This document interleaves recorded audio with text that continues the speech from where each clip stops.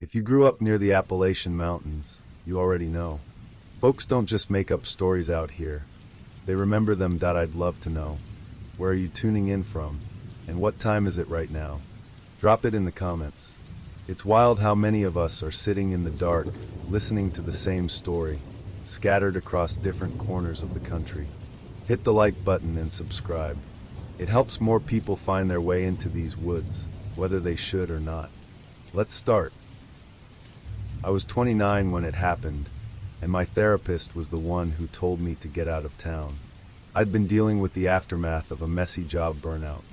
I was a high school guidance counselor, ironic considering I couldn't even guide myself.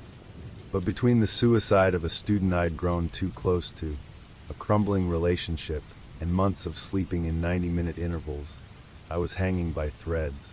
"You need to unplug," she said. "Nature, distance, solitude." I told her I'd try. What I didn't tell her was that I didn't want solitude. I wanted distraction. That's where Jude came in. She'd been my best friend in college, the kind of person who could talk you into anything without trying too hard. Jude was the only one who didn't walk on eggshells around me after everything fell apart. She showed up at my apartment with a cooler full of random snacks, a ratty tent, and a map with a red mark on it. "We're going ghost camping," she said with a grin. It wasn't a joke. Jude had found an old forest map through a Reddit post titled "Hiker Hotspots That Don't Exist Anymore."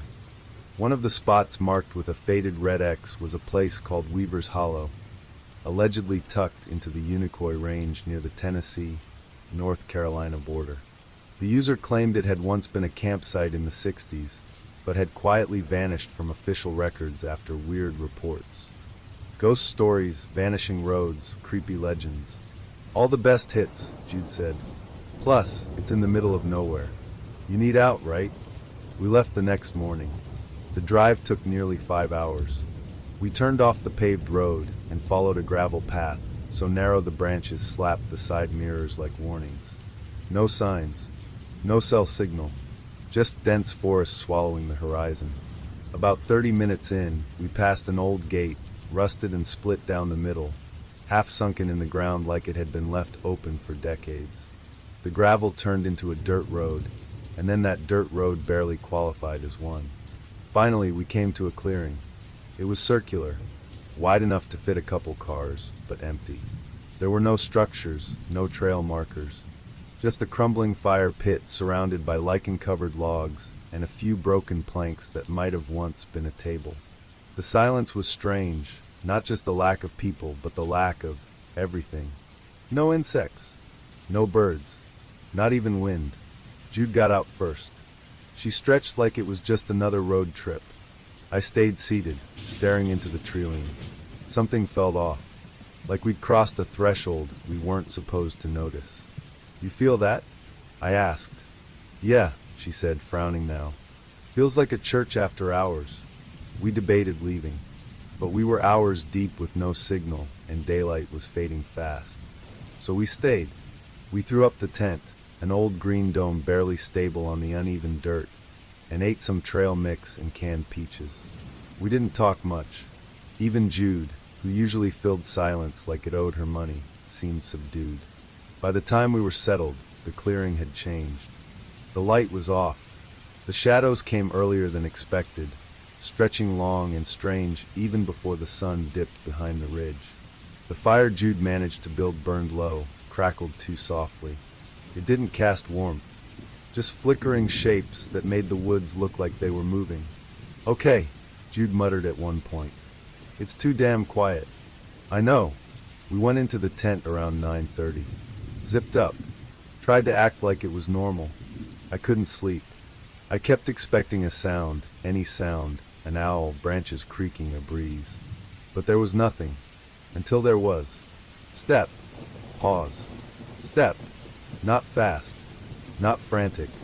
Deliberate. It came from just outside the tent. Crunch. Pause. Shuffle. Closer. Jude was still. I could hear her breathing shift, could feel her muscles tighten through the sleeping bag. The step stopped, and then tapped, just once, near the side of the tent. Too low for a branch, too soft for an animal. I held my breath. My eyes were wide open in the dark. "Stay still," I whispered, barely audible. We waited. Nothing moved. The air didn't shift. It just held, tight and electric like before a lightning strike. Eventually, whatever it was left, or it stopped pretending it hadn't. We didn't sleep. At dawn, the clearing looked different. Not in a way I could explain. It just felt rearranged. The fire pit seemed further away from the tent than I remembered. One of the logs had split open down the middle like it had rotted overnight. And in the dirt about 15 feet from us, we saw it. A drag mark, long straight, deep, like something or someone had been pulled from the woods past our tent and out the other side.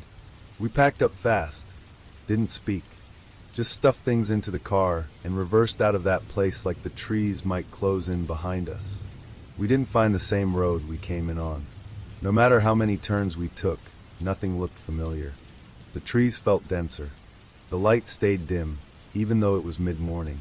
We were both getting anxious when Jude shouted, "There!"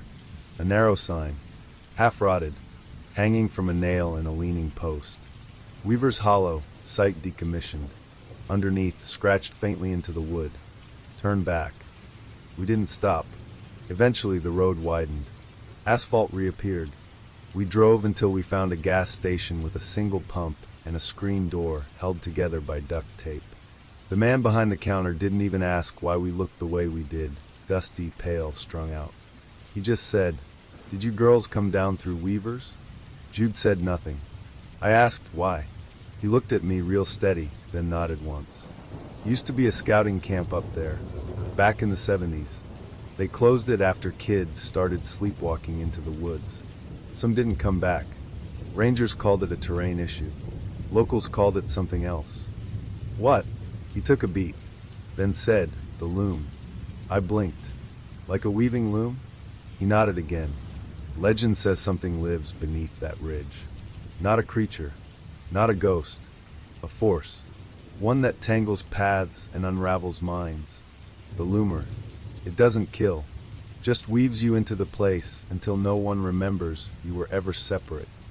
Jude walked out before he finished talking. We didn't stop again until we hit a Holiday Inn outside of Asheville. We said barely a word. Just got a room with 2 beds and bolted the door behind us. I didn't sleep. Neither did she. Back home, I tried to look it up. Weaver's Hollow doesn't exist on any official forest registry. Not in the Unicoi Range, not anywhere. But a week later, Jude called me. Her voice was shaking. "Go check your back window." It was cold that morning.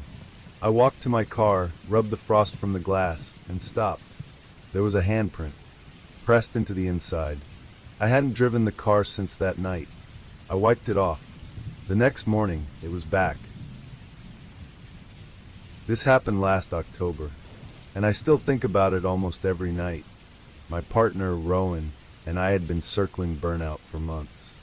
She works in criminal forensics, gritty, relentless, always a little too close to the worst of humanity. I worked maintenance at a university. Not glamorous, but I like fixing things. Problem was the things I couldn't fix, our fraying routine, her exhaustion, my insomnia, were starting to crack the foundation. So when she suggested we get away from it all, I didn't hesitate. Just us, no signal, no deadlines. Her words. We didn't want a hotel or even a real campsite. We wanted off the grid, somewhere remote enough to feel lost on purpose. She picked a location deep in the Briarshade Wildlife Preserve, a patch of Appalachian forest up near the Virginia-Tennessee border that used to be mining land. It's not advertised. We found it through an old ranger message board Rowan stumbled across. One user posted GPS coordinates to a ridge camp above Harrow's Rest, along with a cryptic note, "Only hike if the mountain lets you." We laughed it off. Spooky flair. Internet nonsense. The drive took us 4 hours through back roads and 1-lane switchbacks with no signage. We passed a single gas station on the way up, one of those rusting roadside shacks that looks closed until an old man appears from behind a bead curtain. We bought jerky, a flashlight, and an extra lighter just in case. Eventually, we parked beside a cracked fire access road choked with blackberry vines. There was no welcome sign, no marker, just a path barely wide enough for 2 boots. The trail wasn't so much a trail as a scar, earth that had once been cleared but had since tried to heal. We hiked single file, climbing steadily for over 2 hours, passing broken shale, rust-colored stones, and strange clusters of mushrooms that looked like tiny cracked skulls. By the time we reached the ridge, my shirt was soaked and my legs felt like cinder blocks. But the view, it was perfect. A wide clearing, the edge tapering off into a valley of dense oak and pine. No signs of human life. No birds either. That was the first thing that gave me pause, how still it was. Rowan stood near the slope, staring down into the trees. "This is it," she said. "Let's set up." We pitched the tent, an ancient Coleman I'd borrowed from my uncle that smelled like mildew and melted plastic. The ground was uneven, the stakes barely held, and we had to prop up one side with a rock.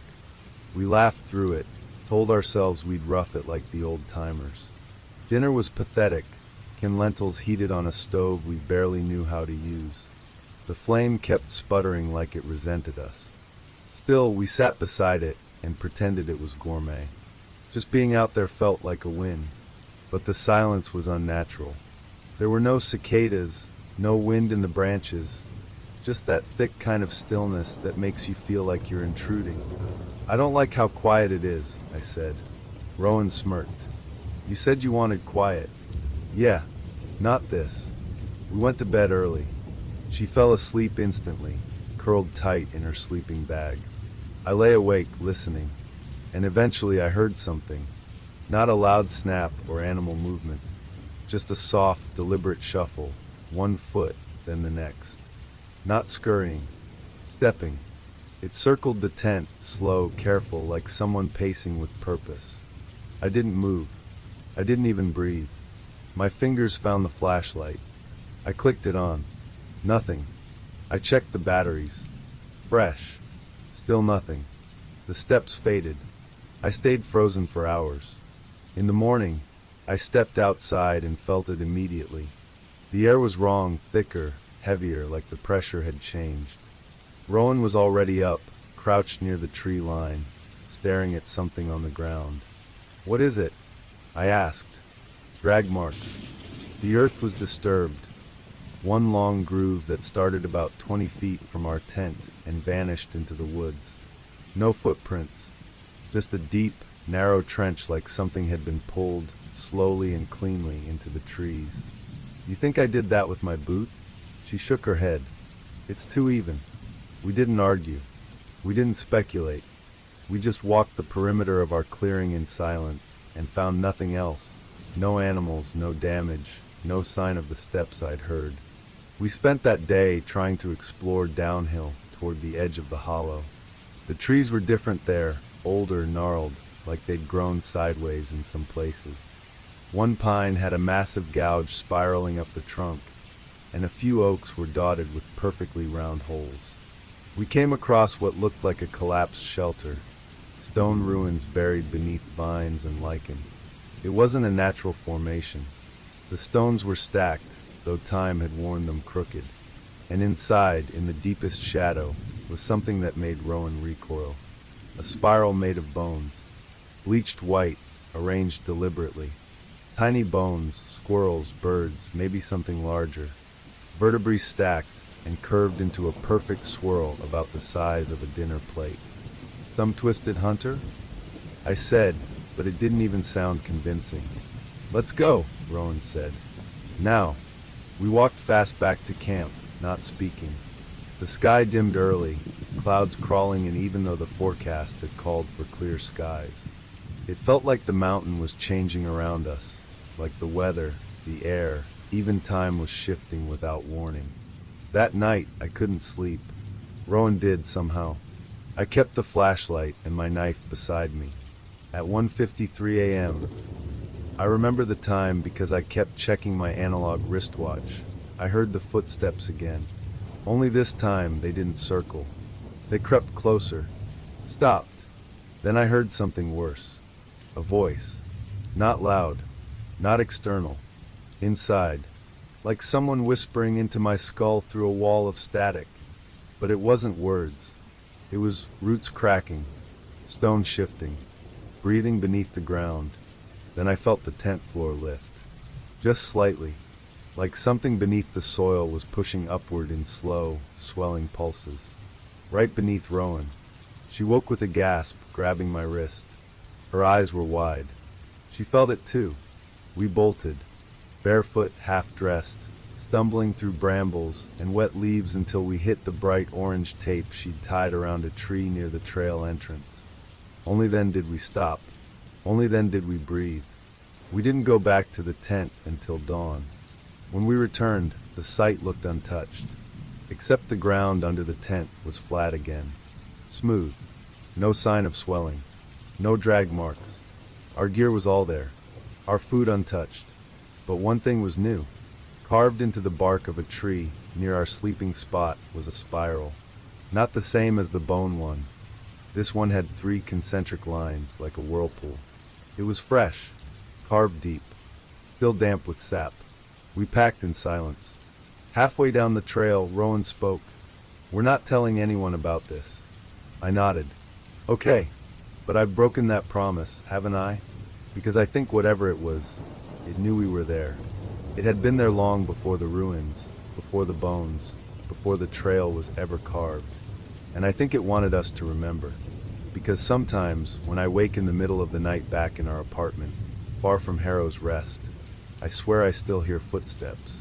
Only now they're inside the walls. My name's Tom Ellison. I'm 47 years old and run a small print shop in Morgantown, West Virginia. Nothing fancy, mostly wedding invitations, church flyers, graduation booklets. It's the kind of work that keeps your hands busy and your mind idle. And that's the problem. After my wife passed in early 2021, the silence in the house became unbearable. I'd go days without turning on the TV or saying a word to anyone outside of customers. It wasn't grief that drove me to the woods that fall. It was the noise in my own head. Some people drink. Some people find God. I bought boots and a pack, and I started walking. Not the national park kind of trails, either. I wasn't looking for selfies with waterfalls or trail mix influencers. I wanted to disappear into the trees for a while. Just a long walk where I could sweat out the hum in my brain. That's how I found myself planning a 2-night hike through a loop near Crescent Hollow, not far from the border between West Virginia and Kentucky. It's not a place you'll find in brochures or hiking apps. The trail itself, called Black Hollow Path on the one faded survey map I found in a local forum, wasn't even maintained anymore. No recent trip reports, no markers, no warnings either. That should have been my first red flag. But I liked that. The quiet, the solitude, the idea that maybe the woods could make me feel small enough to forget the world for a while. I parked my car near an old fire access road, left a note under the wiper, dates, destination, my emergency contact. Not because I thought I'd need it. Just a habit I picked up from reading too many Reddit survival stories. Packed light, freeze-dried food, tarp, flint, water bladder, compass, knife. I knew the forecast. Cold but dry. Late October air. Perfect. The first few miles were bliss. The kind of woods that feel older than the country itself. Big chestnuts, scattered sycamores, canopies that made the sunlight go soft and green. I followed the ridge westward, legs burning in a good way, lungs stretching wide. Didn't see a soul. That night I camped near an old dry creek bed. No fire, just didn't feel like it. I sat under a dying birch and watched the moon roll out from behind the ridgeline. The silence was heavy but not unfriendly. Just thick. I remember thinking that I hadn't felt that calm in years. But the next morning something shifted. The trail faded. I'd marked my turns and distances on a paper map, but the path itself had started dissolving into the undergrowth. I was suddenly navigating by memory, then instinct. Trees looked older here, the kind of twisted growth you see near lightning scars or old mining ground. Their bark had dark streaks, and the branches were thick with moss and these black vine-like tendrils I didn't recognize. I remember touching one, expecting it to be soft or wet, but it was dry, brittle, like burnt rope. And the quiet had changed. I didn't notice it at first, not until I stopped for water and realized there were no birds, no crickets, not even the sound of wind against leaves. Just the rhythmic sound of my own breathing and that wet crackle of boots on decaying leaves. Then I saw the fire ring. It sat just off the ridgeline, maybe 30 feet down a slope, in a pocket of earth that looked flattened by design. The stones were old, charred black in the center, perfectly round. But there were no signs of recent use. No logs for sitting. No ash. Just this circle that felt wrong, like it had been waiting. I should have kept walking, but you know how curiosity is. It whispers at the back of your neck. So I stepped down to it. As I crossed the tree line into the hollow, the temperature dropped like a switch had flipped. A full 10 degrees easy. My breath turned visible. The pressure in the air changed, like I'd entered a sealed room. My ears popped. I squatted near the ring and ran my hand across the center. Dry, cold, but my fingertips tingled like static was under the soil. And then, I heard something. A voice. Not spoken aloud, not in the air, but inside my head.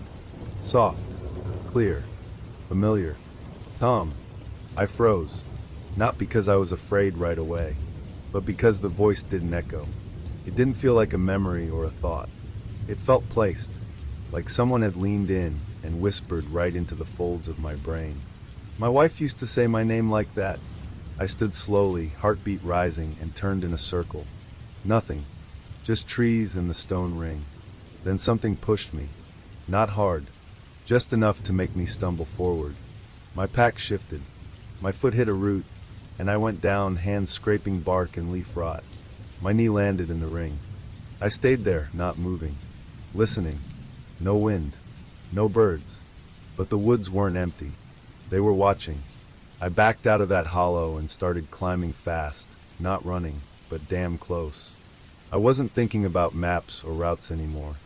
I just wanted up, wanted distance between me and whatever had been in that hollow. The trees started crowding together, branches slapping at my arms. I heard something, not footsteps, but movement, off to my right. Something big, something deliberate. I didn't look, just kept going until I found a break in the canopy and sunlight hit my face. I was back on the ridgeline, and then I saw it, carved into the bark of a dying hemlock tree. A symbol, not letters, not a drawing, just three shapes like stacked triangles, one inside the other. The outer edge was bleeding sap that looked too dark to be natural, almost black. I didn't stop to study it. I walked until dusk. Didn't eat. Didn't drink. The air felt tainted, like it didn't want me there anymore. The forest was letting me know I'd overstayed. That night, I didn't set camp. I just laid my tarp between two flat rocks and kept my knife in my hand the entire time. I couldn't sleep. Every time I blinked, I saw her face. My wife, her eyes vacant, lips moving silently, saying my name in that voice I hadn't heard since the day I buried her. At some point near midnight, I sat upright and looked out across the woods. There were figures, tall, thin, too thin, just standing in the tree line across the ravine, not moving, watching. I blinked and they were gone. Or maybe I just stopped seeing them. I hiked out at dawn. The trail was clear now, as if the woods had decided to let me go. I moved fast, didn't rest, didn't look back. When I reached the gravel road and saw my car, I nearly cried. I sat behind the wheel, locked the doors, and didn't start the engine for 10 minutes. Then I drove. No radio, no stops, just 50 straight miles of silence. The next day, I tried to find the forum where I'd seen the old map of Crescent Hollow. It was gone. Not just the thread, the entire site was offline. Domain expired. Scrubbed from search engines. I haven't spoken to anyone about it until now. But something followed me back. I know how that sounds. I do. But sometimes, late at night when the print shop is quiet and I'm closing up, I hear the bell above the front door ring. even though no one's there. And on bad nights, I hear her voice again. My wife, whispering the same word over and over. Not Tom, not my name, just one word. Stay. I'm 41 now, and these days, I work maintenance at a local college down in Asheville. But back when this happened, early October of last year, I'd just taken a few weeks off after a rough stretch. Divorce had finalized, and I was spiraling in that quiet way men do when they've got too much time to think. No tears, just long walks, too many smokes, too many silences. I figured a solo trip through the Blue Hollow region might help clear the static, but I didn't go alone in the end. A buddy of mine from way back, Everett, he's one of those guys who dives headfirst into obscure internet rabbit holes, called me up and said, "What if I told you there's a ridge trail near Stillwater Bend that doesn't show up on any current maps?" Stillwater Bend was just past Clay County, near the border with Tennessee. I'd heard of it in passing. A scatter of cabins, a defunct fire tower, and an old trailhead that hadn't been maintained since the 70s. Everett found a forum post dated 2009. User deleted, pictures gone, talking about a forgotten loop that branched off from the Stillwater Path and dipped into a hollow folks apparently stopped visiting generations ago. The only thing the user had said was, "It's not marked, but you'll feel it when you're on it. The woods are older there, hungrier." I wasn't looking for anything spiritual, just miles beneath my boots. But Everett, of course, convinced me otherwise. We brought along Daryl, Everett's co-worker, who mostly kept to himself but hiked a bit on weekends. We hit the road early on a Thursday. The drive was long and winding, the kind that makes your ears pop and your thoughts quiet down. By mid-afternoon, we reached a crumbling pull-off with a half-rotted sign that once read Stillwater Ridge. Most of the lettering was gone now. Moss chewed away the wood-like decay with a purpose. Beyond the tree line, the trail didn't so much begin as suggest itself. The main path was visible for a while. Hard-packed dirt, yellow blazes faded but there. Then about 2 hours in we found it. The split. A narrow break in the trees veered left. No blaze, no cairn. But something about the bend in the brush felt deliberate, intentional. Not man-made, more like the forest had shaped itself around it. "Smells different here," Daryl muttered. He wasn't wrong. The air carried a bitterness. Resin and wet bark, but something metallic beneath.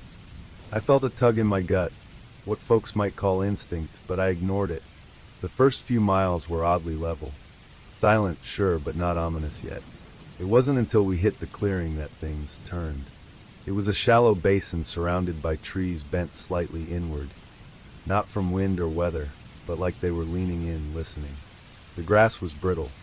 Dead patches scarred the ground, forming shapes you only recognized if you stared too long. A ring of stones sat at the center, not like a fire pit, but more like a marker.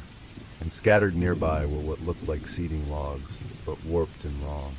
One of them had what looked like burn marks and claw grooves. Everett wanted to camp right there, like it was some cosmic picnic spot. Daryl and I exchanged a glance, both of us uneasy, but neither wanting to admit we were spooked. So we stayed. We didn't talk much around the fire, probably because the fire didn't want to cooperate. Dry twigs smoked but never flamed. The logs hissed as if wet, though they weren't. Sparks sputtered and died like they were being swallowed midair. That night, the forest shifted. I woke sometime around 2, the fire long gone, the moonlight painting the tree trunks a sickly pale. There were footsteps. Not fast, not sneaking, just steady. Crunch, pause, crunch, like someone pacing the edges of our camp. I unzipped my tent and froze. A figure stood at the tree line, not moving, not blinking, just tall, long-limbed, a head tilted too far to one side like a crow studying roadkill. My breath caught in my throat. When I blinked, it was gone. I didn't sleep again. Next morning, we acted normal. Nobody mentioned the weird stillness. Nobody asked why the coffee tasted like iron. We packed light and set out to find the lookout Everett had read about. And for a while, it was beautiful. Rolling valleys, wild asters blooming violet, treetops brushed by morning mist. For about half an hour, I let myself believe the unease had just been nerves. But on the way back, the forest changed again. We followed the same trail, or so we thought, but the turns weren't right. A tree with a lightning scar was missing. A fallen log we'd stepped over now looked split down the center. Then we hit a low creek none of us remembered. My compass spun like a coin in water. "We're going in circles," I said. "No," Everett insisted. "The ridge curves. It's natural." But even his voice cracked a little when we passed a boulder shaped like a hunched man's back. The same boulder we'd passed 2 hours earlier. That's when we heard it. A cough. Or maybe a laugh. Somewhere between the two, and far too close. We froze. Darrell finally whispered what we all feared. "We're not alone." We tried backtracking, but somehow in 20 minutes we were back at the clearing. Only now there were signs someone or something had been there. A crude arrangement of stones formed a spiral we hadn't made. One of the logs was flipped, and etched deep into the bark was a symbol that looked like an eye, wide open, with lines radiating outward like it was watching. Everett said it was probably a prank by some backwoods artist. But the forest wasn't laughing. That night, the wind died completely. The air was so still it felt heavy, like walking through thick smoke. Our fire died again, refusing to burn. We huddled in our tents without speaking. I heard it again. Not footsteps this time, whispers. Not in English. Not even in any language I'd heard before. Just syllables that slid against each other like wet stones. And underneath it all, a heartbeat. Not mine.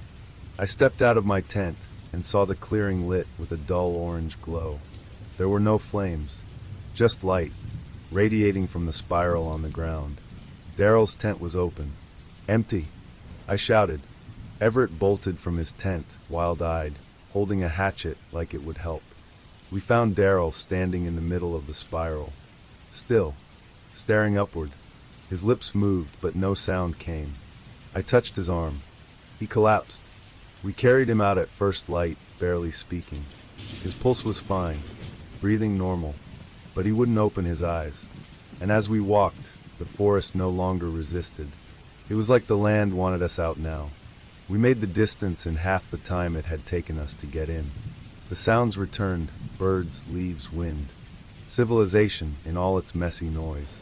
Darrell came to just before we reached the car. He didn't remember a thing, just that he'd had a dream about a woman whose eyes had no whites, just black from corner to corner. She spoke in riddles and fed him ash. Everett deleted all his hiking forum accounts within the week. Darrell moved to Texas. I haven't heard from either of them since January. And me? I still hike, but only on marked trails. I ask locals before heading out. I never ignore the signs, not the posted ones, not the gut feelings. Because I went back last month, just to see. The trailhead was gone. Trees had closed it off entirely. But at the base of one gnarled oak near where the entrance had been, someone had carved 3 figures into the bark. One tall, 2 smaller, and below them, wide, slanted eyes with no pupils. Watching, always watching. I wasn't supposed to stay long in North Carolina. Just a 6-month contract with the Forestry Service to help audit environmental damage near abandoned coal corridors and make some extra money while I figured out what came next. But 6 months turned into a year, and before I knew it, I was renting a cabin near Black Rock Ridge with no real plan to leave. I was 31, a former city EMT turned environmental field analyst, with a cynical streak that got worse every time someone called me city folk. Out here, you do a little of everything. Clean up trail wrecks, patch up hunters who slip on shale, sometimes even help local deputies recover bodies from ravines. You stop thinking of trauma as unusual. You adapt. My routine was simple.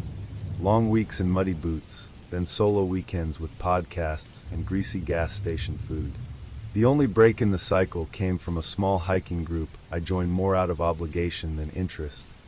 A monthly get-together of loners and nature nerds who traded stories and old trail maps. That's where I met Connor. At least that's what he said his name was. Connor wore an old army jacket and smoked American spirits like they kept him tethered to this planet. The others found him quiet, but harmless. I found him odd. He asked strange questions about animal behavior, about how long someone could survive if they really knew the terrain. Still, we bonded over coffee-flavored energy bars and mutual silence on long hikes. We only hung out twice outside the group, once to scout a burned section of trail. Another time when I gave him a ride after his car battery died. Both times were off. He talked like he was rehearsing, like he was remembering how humans are supposed to act. So when I got a message from an unknown number one Friday morning, "You free this weekend? Want to check out Devil's Gut?" I assumed it was someone from the group. Devil's Gut was one of those whispered about trails, unofficial, unlisted, mostly ignored. A broken path that twisted through the remnants of an old slate mine that had collapsed decades ago. Technically closed to the public, but that's part of what made it alluring. When I replied with "sure, why not?" I expected the usual protocol: meet at the ranger outpost, sign waivers, hike early. Instead, Connor texted, "Pick me up at Lewis Station. Trail's easier to find from there." The morning of, I nearly backed out. Something sat heavy in my chest, a weight that hadn't come from caffeine or sleep deprivation. But I told myself I was being paranoid. I picked him up around 9 a.m. He looked worse than I remembered. Not older, just frayed. His beard was patchy, eyes glassy. His boots were duct-taped at the toe. His backpack was huge, packed tight like he didn't plan on coming back soon. He grinned when he saw me. "Didn't think you'd actually come." That should have been the first red flag. We made a quick stop for water and supplies. That's when he insisted we skip the known approach to Devil's Gut and try a side route he'd read about online. "No tourists. Better views," he said. "Trust me." I didn't, but I nodded anyway. We drove 30 minutes past cell service. The trailhead was nothing more than a break in the tree line behind a decaying barn. The kind of place you swear wasn't there 5 seconds ago. The air was different in those woods. Cooler. Still. Like it hadn't been disturbed in decades. Connor led. I followed. For a while it was just forest. Dense undergrowth. Faint creek babble. A couple of abandoned fence posts and rusted cans from God knows when. He kept talking. Not to me, just out loud. About how people didn't respect the land. How everyone thought they were better than the place they came from. How going feral might be the only sane response to society. I laughed nervously. "You going full hermit on me?" He didn't answer. We crossed an old culvert pipe half buried in soil. That's when I noticed it. A coil of nylon rope in his pack. And something that looked like a hand axe strapped to the side. Not hiking gear. Not for exploring. For doing something. A familiar tension crept into my spine. EMT instinct. You learn to read the room long before the blood shows. About 2 hours in, we reached a clearing. An old mining outpost, maybe. The remains of a shack, walls buckled in, fire ring in the center, blackened from recent use. He dropped his pack without a word, then started pulling things out one by one. A hunting knife, duct tape, a small hammer, a metal box with no label. He laid them out neatly beside a half-buried log like he was setting up camp or staging a scene. I stayed standing, didn't touch my bag, kept my arms loose. He looked up at me and said, "You're calm." I nodded. "You good, Connor?" He blinked slowly. "You ever think maybe the woods are the only place left that's honest?" I didn't answer. He stood up, stretched his arms like he'd just finished a nap, and walked into the trees. I didn't move. 5 minutes. 10. I finally opened my bag, slid my utility blade into my waistband, and started dismantling the snack kit I'd packed as a cover. My eyes scanned every branch for movement. Then he returned. He had firewood, and a dead squirrel. Limp. Fresh. I told him we should head back. Sun was dropping, trail was getting slick, and my knee was acting up. All lies. He stared for a long time, then nodded. "Shame," he muttered. "Was hoping you'd stay longer this time." This time, we hiked back in silence. At one point, he stopped and stared up at the trees. "Ever heard of the Echo Men?" he asked. I shook my head. They live in forests that don't get mapped. Just outside hearing range. They say if you listen too long, They start sounding like people you know. People you miss. And if you answer, that's it. He chuckled. This trail's theirs. I didn't reply. I just kept walking. When we reached the trailhead, my hands were trembling. There was an SUV parked next to mine now. A young couple unpacking kayaks. Tourists. Normal people. I waved at them like they were my best friends. Connor smiled at me. Need a ride back? I forced a grin. Nah, got another stop first. He shrugged. Okay, I'll find my way. I watched him walk toward the barn again, not down the road, not toward town, but deeper into the woods. I drove until I hit pavement. Then I drove another 30 miles before stopping at a 24-hour diner where I locked myself in the bathroom and threw up. That night, I blocked the number, deleted the GPS history, packed a go bag. For 2 weeks, I couldn't sleep without a light on. Eventually, I called one of the guys from the hiking group, told him what happened. He paused and said, Connor? Man, I thought he disappeared. We hadn't seen him in months. His apartment was emptied out back in March. It was June. I said, he's still out there. The guy said nothing. 3 days ago, I got a letter. No return address. Inside was a single photo, grainy black and white. A shot of me, standing in that clearing near the collapsed shack. In the background, over my shoulder, a blurry figure stood behind a tree. Not Connor. Too tall. Wrong shape. No eyes. No mouth.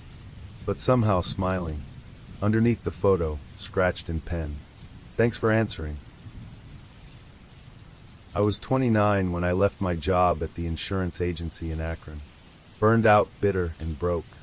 My fiancée had called off our engagement 3 weeks before, citing emotional unavailability, whatever that means, and my therapist had the gall to recommend I reconnect with nature. So, I did what any self-pitying, overconfident millennial would do. I packed up my gear, bought a second-hand Nikon, and set off on a solo photography road trip through southern Appalachia. My plan was loose: camp, hike, capture some eerie shots of backwoods Americana, and pretend I was healing. Somewhere around the Virginia-North Carolina border, I found myself following an old roadside sign. Belro Scenic Pass. Elevation 3,400 feet. Use caution during fog. The letters were faded, the paint peeling, but there was something poetic about it. Belro sounded like a forgotten place, the kind that might offer solitude and untouched beauty. A rare thing in the age of Instagram geotags. I turned off the main road without a second thought. The trail was paved at first, though cracked and soft at the edges, flanked by mossy guardrails that looked more ornamental than functional. My rental, a dented silver Honda Fit with a nervous brake pedal, jerked with every curve. My GPS rerouted itself 3 times, then gave up entirely, the screen freezing mid-buffer. I remember thinking, maybe that's a good sign. Maybe this was the kind of place you don't find on a map. About 30 minutes into the climb, the road narrowed into a 1-lane path winding through what felt like a tunnel of trees. The light changed too, not dim, just tinted like I was driving through an old film reel. The leaves were an unhealthy shade of gray-green. Everything looked damp, but there was no rain. Then I saw the sign. It wasn't official, just a slab of plywood nailed to a leaning fence post. Stay out of Belrow. Black paint, dripping down the wood like it never dried. Below it, someone had scratched the words, "He hears footsteps," into the surface with what looked like a key. I should have turned around. I didn't. 10 minutes later, the Honda coughed once and died. No sputter, no warning. 1 second, I was coasting uphill, the next, absolute stillness. I tried the key. The dashboard lit up, but the engine gave me that cold metallic click, like something inside had seized. I popped the hood, stared at the engine like I'd know what to do. It looked fine. No smoke, no oil. Just dead. I stood there, surrounded by a silence that felt unnatural. Not peaceful, suffocating. No insects. No birds. No distant rustling. Like the world had been hollowed out around me. I waited for a noise. Any noise. Instead, I got a whisper. At first, I thought it was the wind catching the edge of my car window. But it was too steady, too intentional. a breathy rasp just beyond the tree, like someone trying to speak underwater. I grabbed my camera and flashlight, locked the car, and started walking in the direction I thought led back to the highway. That's when things got weird. About a quarter mile down, I saw a raccoon lying beside the road, perfectly intact. No wounds, eyes open, just still. 10 feet later, a second raccoon. Identical, same posture, same clouded eyes. Then a fox, a possum, a deer, all intact, all motionless, arranged along the shoulder like they'd been placed there, or had all collapsed in synchronized silence. That should have been enough to send me running.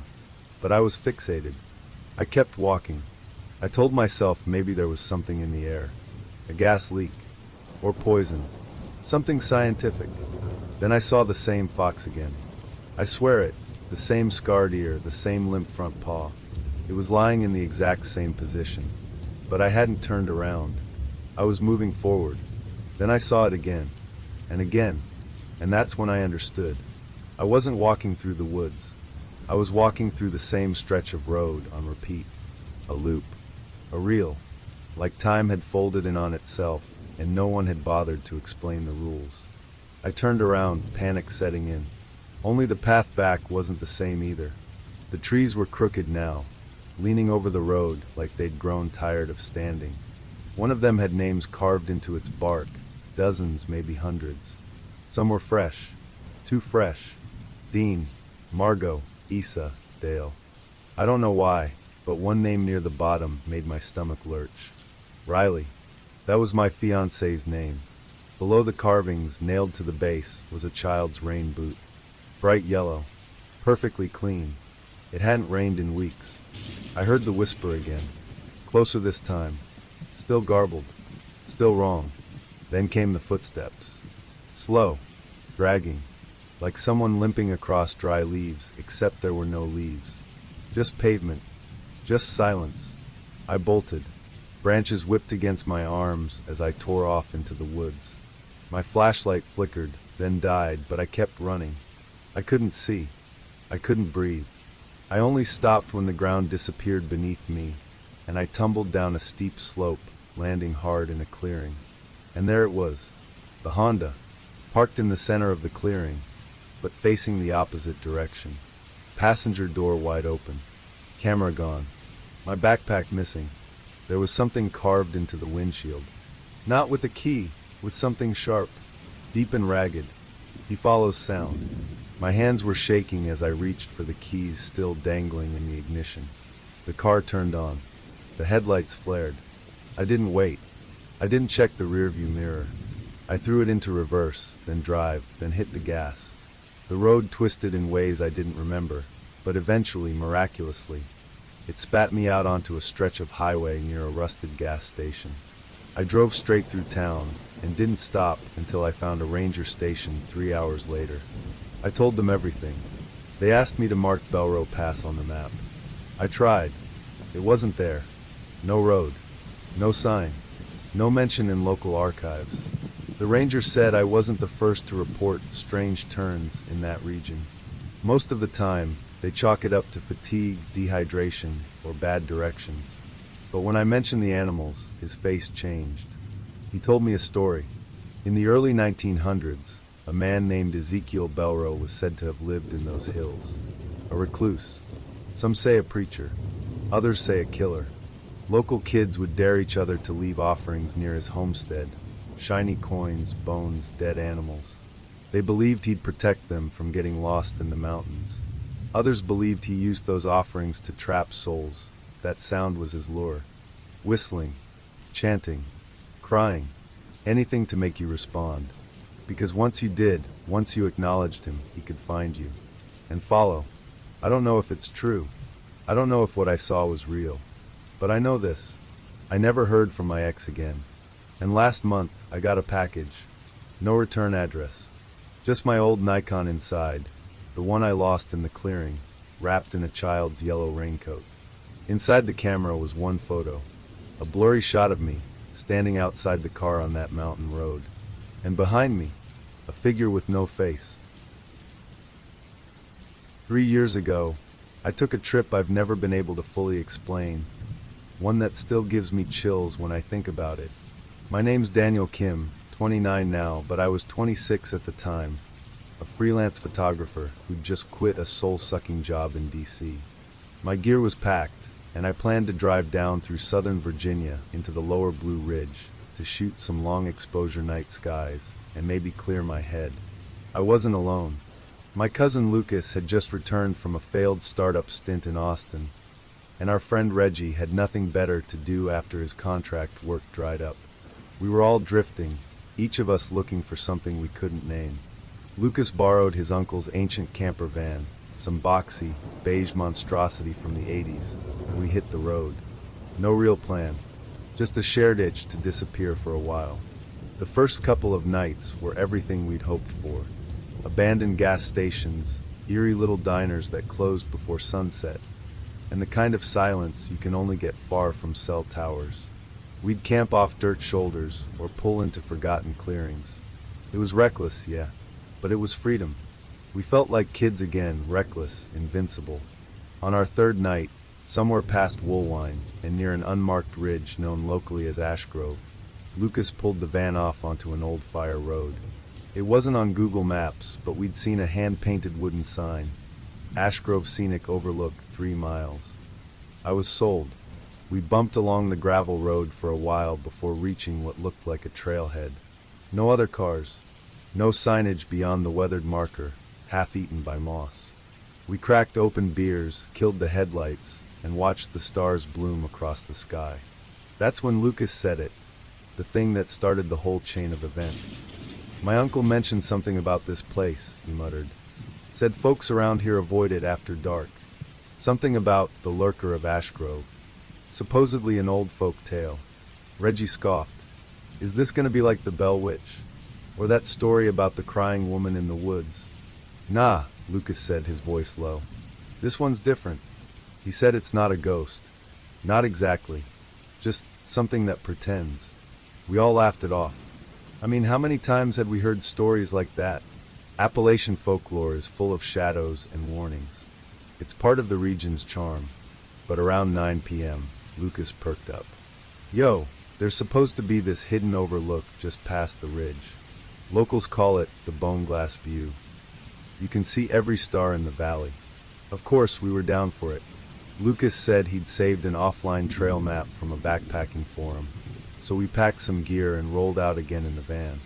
Reggie passed out in the back while I sat up front with Lucas, navigating as best we could through the dark.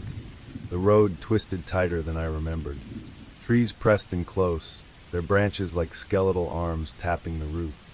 We hadn't seen a structure in miles, no mailboxes, no cabins. Then, just past the bend, we saw them. 2 figures standing directly in the road.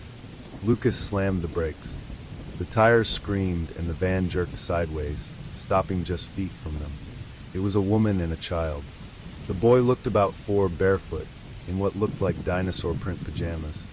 The woman wore a black dress that hung stiff around her like old curtain fabric. Her hair was long and oddly motionless, as if gravity had forgotten it. But what froze me wasn't the way they looked. It was that they didn't move, didn't flinch, didn't blink. They just watched us, as if we weren't even there.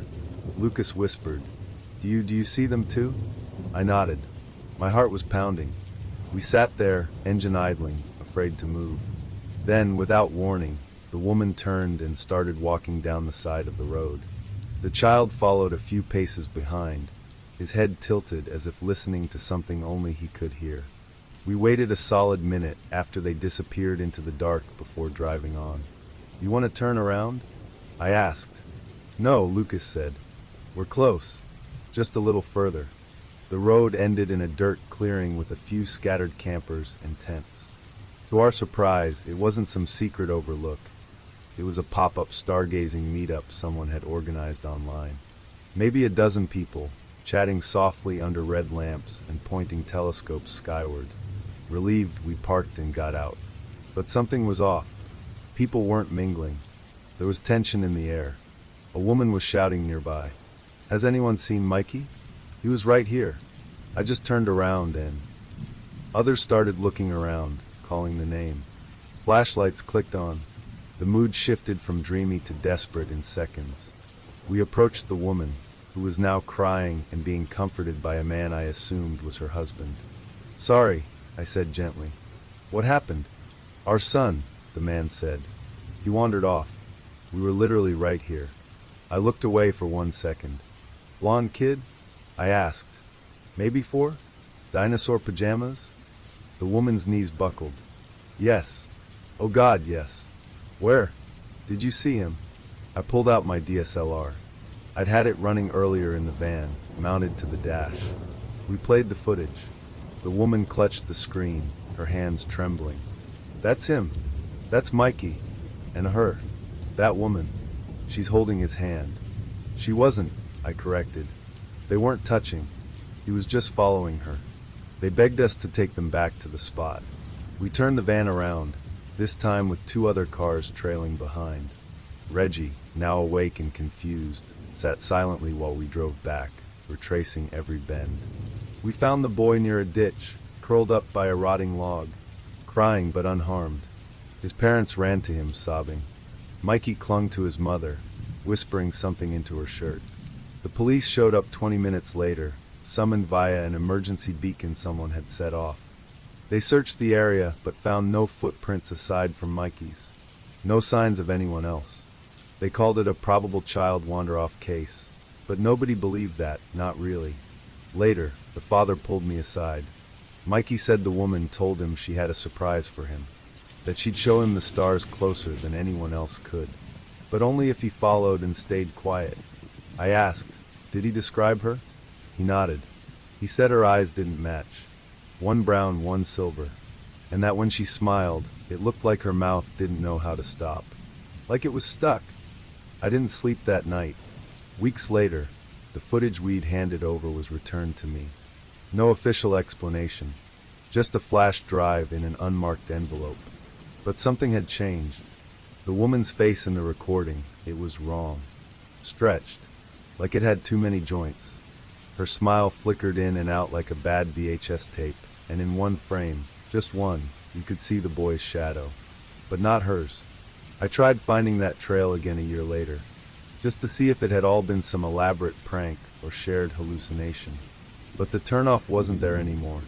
The fire road was blocked by a steel gate. No scenic overlook, no wooden sign. The local rangers I spoke to said there'd never been a trail called Ashgrove Ridge. But I know what I saw. Sometimes at night, I'll look back through that footage. Not for answers, just to remind myself I'm not crazy. Because even now, when the wind gets quiet and the trees hold still just a second too long, I swear I can hear a woman's voice, calling out, telling someone to follow, and to stay very, very quiet. My name's Noah, and I wasn't raised on ghost stories. My folks were practical, blue-collar people, raised me to believe in hard work, clean hands, and quiet dinners. We weren't superstitious. We weren't religious. If the porch light flickered, it was the wiring. If the dog barked at the woods, it was raccoons. But my great-uncle Ray, he was cut from a different cloth. Ray lived alone up in Pike County, Kentucky. Had a crumbling cabin tucked along the northern edge of Crooked Hollow, just past a bend in a gravel road no one maintained anymore. Every summer from age 10 to 15, I'd spend a week with him. He taught me how to fish, shoot a .22, carve bark into whistles. We barely talked about anything important, just stories, weather, deer sightings. Except once.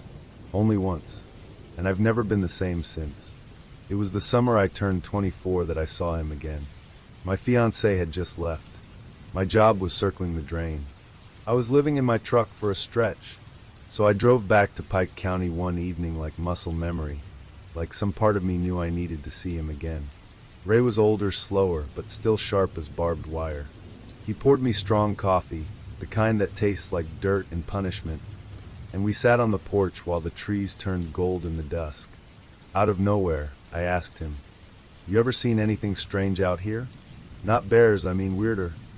He stopped rocking, didn't blink, didn't sip, just stared into the timber like he was seeing something through the trees. "Where the hollow splits at Widow's Cross," he said finally. past the big stone shaped like a jawbone. I nodded like I knew where he meant. "Don't ever go near that ridge," he said. "Not unless you want something to remember you." I waited for him to laugh. He didn't. Then he told me what happened in the fall of '62. Ray and a boy named Curtis Wells, his best friend since the 3rd grade, had gone up into Crooked Hollow just before the first freeze. They were chasing deer sign, looking for rubs and tracks. It was supposed to be a one-day scout, just long enough to get their bearings for opening weekend. They took the old creek path, the one that ran behind an abandoned coal shaft and curved into land the locals called the Tongue of the Woods, named because the ridges formed a forked shape like an open mouth on aerial maps. But no maps they had ever showed what they found. It started with silence. No birds, no chipmunks, no wind. Even the sound of their boots on wet leaves felt muffled, like they'd stepped into a church underground. Then the trees changed, bent inward, not from wind or weight, but like they were leaning to hear. They passed a sapling with bark peeled upward in long, deliberate curls, like fingernails had traced it for fun. They were going to turn back, but the fog rolled in, quick, thick, like milk poured down the mountain, and then they saw it, at the center of a sudden clearing. A building, not a cabin, not a church, something older. The roof sagged like a broken back. The walls were wood, but patched with sheet metal and weathered planks that didn't match. The windows were covered in shards of mismatched glass, one blood red, one piss yellow, one cloudy green. No doors, just a hanging curtain made of animal jawbones, each one strung on rusted wire. They should have left. Ray knew it in his gut. But Curtis, always bolder, always stupid, stepped inside. So Ray followed. Inside it smelled like wet rust and old roots. The floorboards flexed under their boots, but made no sound. The walls were covered in etchings, spidery spirals, rough scratches, and symbols that looked like antlers made of teeth. A shape stood at the far end. An altar, maybe. Just a raised stone platform with something piled on top. Too dark to see clearly in the lantern light. They didn't speak. They didn't breathe. Until Curtis whispered, "It's watching us." Ray turned toward the doorway. And that's when it began. Something creaked in the rafters. Slow. Wet. Then something dropped. A black, glistening rope, thick as a forearm, ending in a barbed point. It wrapped around Curtis's neck so fast Ray thought it was a hallucination. Curtis screamed. The sound choked halfway. Blood ran down his shirt. Ray raised his rifle, fired. The thing recoiled, hissing, not with a mouth, but like steam escaping from a crack in the earth. The tongue slithered back up through a hole in the ceiling, and something above shifted. Then it leapt, from the roof to the ground outside. Ray dragged Curtis to the edge of the woods. He could hear it moving in the trees, not fast, but steady, not hunting, following. He didn't look back. They ran until their lungs tore and their legs bled. Curtis collapsed twice. Ray kept him upright. The trees blurred, the air thinned, and then gravel. A ranger found them at dawn, stumbling along the road like drunk ghosts. Curtis lived. Barely. The wound left a scar from collarbone to ear. He never talked about it again. Refused to. Ray didn't speak about it either. Not to his parents. Not to the rangers. Not to anyone. Until me. He finished his story with a long sip of coffee and said, "They call it the Hollow Watcher. It doesn't live. Doesn't die.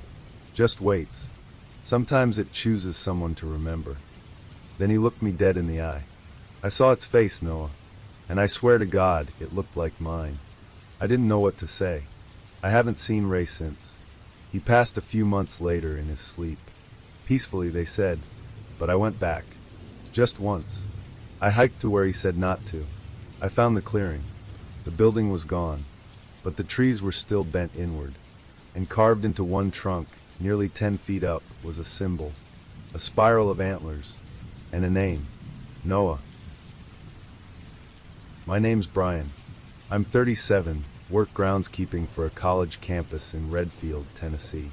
My job's simple, trimming hedges, fixing irrigation valves, patching concrete when it cracks. Nothing remarkable, but I like it. It keeps me outside, keeps me in motion. See, I've always felt better in the woods. Grew up wandering the ridgelines behind my grandparents' house near Linden Hollow, a stretch of woods along the southern edge of the Cherokee foothills. It's not technically part of any park. It's a mess of unmarked trails and forgotten hunting paths. One of those places that didn't make it into brochures.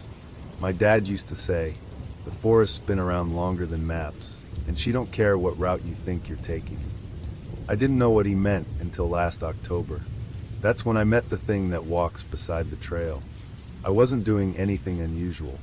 Just a weekend hike with my dog, Jasper, a burly coonhound mix with bad knees and a stubborn streak a mile wide. We were heading up an old path I hadn't walked in years, just north of Cabin Knob Ridge. The trail's narrow and overgrown, mostly used by deer these days. My dad showed it to me when I was a kid, said hunters avoided it because it led to nowhere in particular. That was exactly what I wanted: quiet, isolation, and no traffic. We started around mid-morning. Weather was perfect, overcast, cool, windless. Jasper was unusually energetic, dragging ahead like he knew the way. About an hour in, things started getting strange. First, the woods got quiet. Not peaceful quiet, dead quiet. At first, I figured it was a break in the wind or maybe just a lull in the birdsong. But then I noticed that even our footsteps sounded wrong, muffled, like someone had thrown a blanket over the forest. The second thing I noticed was the warmth. Not heat, not humidity, just this sudden internal wash of warmth, like someone had turned off all the aches in my joints and replaced them with a gentle hum. It felt good, wrongly good, like that loopy moment before anesthesia kicks in. My mind told me to stop. My body wanted to lie down and nap in the pine needles. Then Jasper stopped cold, one paw still lifted mid-step, ears perked forward, eyes locked on something just off the trail, and then he barked. Once. Loud. Sharp. Almost like a warning. Before I could react, he lunged toward the brush. I yanked his leash hard enough to make him stumble. Then I heard it. Something moved in the woods beside us. It didn't sound like a squirrel or a deer.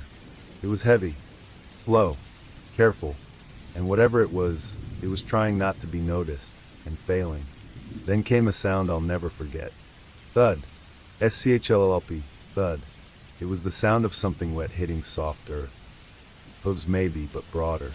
The kind of steps that come from something massive, moving slow. I stared at the spot Jasper was fixated on. The ferns trembled. The branches shook. But nothing was there. And yet, the ground changed. Right in front of us, I watched the forest floor sink, like something stepped down hard. Moss compressed. Leaves folded inward. You could see the shape of it, 2 feet. Not human. Too long. Too wide. No prints. Just pressure. Like the earth was reacting to something invisible. And then it screamed. Not a bear's roar. Not a coyote's cry. It was metallic. A shriek that sounded like steel being ripped in half. Deep and mechanical, but also alive. The air buzzed with it. Jasper dropped belly flat and whimpered. My ears rang for a full minute. Then everything stopped. The branches stopped shaking. The forest stilled. The warmth drained out of me like a plug had been pulled. I should have run. I wanted to. Every hair on my body was standing on end. But something in me, something stupid, stayed. Not because I was brave, but because I felt drawn. Like if I just saw it, I'd understand something important. Like the answer was standing just past my periphery. But I never saw it. Not fully. We left. Slowly. But that wasn't the end. Over the next few weeks, every time I went back to those woods, even on different trails, I'd feel it. Following me. Not close. Not aggressive. Always off to the side. Always 30, maybe 40 feet out. Sometimes ahead. Sometimes behind. Never making noise. Never breaking branches. Just pacing me. Like it was matching my rhythm. Studying. I stopped going off trail. Started sticking to the marked paths. I brought a whistle. I carried a compass. Things I never thought I'd need. Eventually, I said out loud, half joking to Jasper, "You can't get me if I stay on the trail." And just like that, it stopped. The feeling. The presence. The silent pacing. Gone. Until the last day. It was late October, just before Halloween. I was heading back from Redgate Point, a gentle overlook I usually visit in the fall. Jasper was lagging that day, hips acting up, so I paused at a wide clearing near the halfway mark to let him rest. It was an ordinary afternoon. Sky was overcast, but light still filtered through the leaves. And then, I saw it. 80 feet ahead, where the ridge curved, something stepped between two trees. Not walking, not stumbling. It slid, like a shimmer of heat over blacktop. A shape, not solid, not smoke. Something wrongly vertical, humanoid only in silhouette. The edges of it blurred, like they didn't want to be seen. It moved like a man, broad and upright, but each step shimmered like reality didn't quite know what to do with it. It turned its head. I didn't see a face, just the suggestion of one. But I felt it looking at me, and then it vanished. Not behind a tree, not into shadow. Just gone. Jasper didn't bark, didn't whine, just stood frozen, ears pinned back, tail low. We stayed that way for a long time. I still hike. I still go back. But I stay on the main trails now. I tell people where I'm going. I bring gear. A GPS beacon. Flashlight. Knife. Whistle. Stuff I used to laugh at. And Jasper? He never pulls ahead anymore. He stays close. Too close. And sometimes, when we pause, I catch him looking into the brush like he's waiting for something to step out. Like he remembers too. Because whatever that thing is, it doesn't chase you. It just walks beside you, waiting for you to step off the trail,